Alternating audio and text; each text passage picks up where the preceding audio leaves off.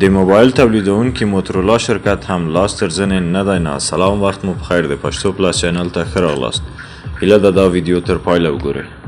موبایل ریزر هڅه کوي پر نوې تکنالوژی سمبال او له پخواني څخه په الهام اخیستو نوې قاتیدونکي موبایلونه بازار ته وړاندې کړي. دغه شرکت وایي غواړي خپلو پیرودونکو ته بازار ته په نوې بڼه دغه موبایلونو په راتلو سره پخواني یادونه وریاد کړي.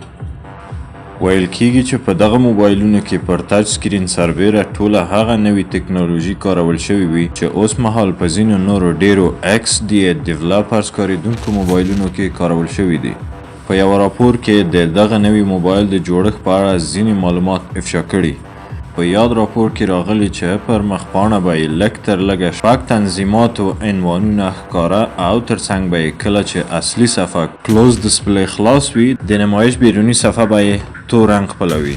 په دې اړه معلومات نشته چې دغه شرکت پر اصلي مخپاڼو به د تنظیمونکو عنوانونو شمیر ور زیات کړي او کنه.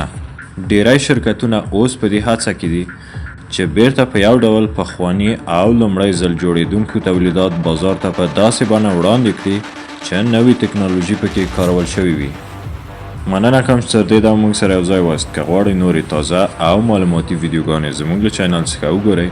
هیله ده چې د پښتو پلس چینل سبسکرایب او خپلو دوستانو سره هم شریکئ. مننه کوم، ښه وخت ولرئ.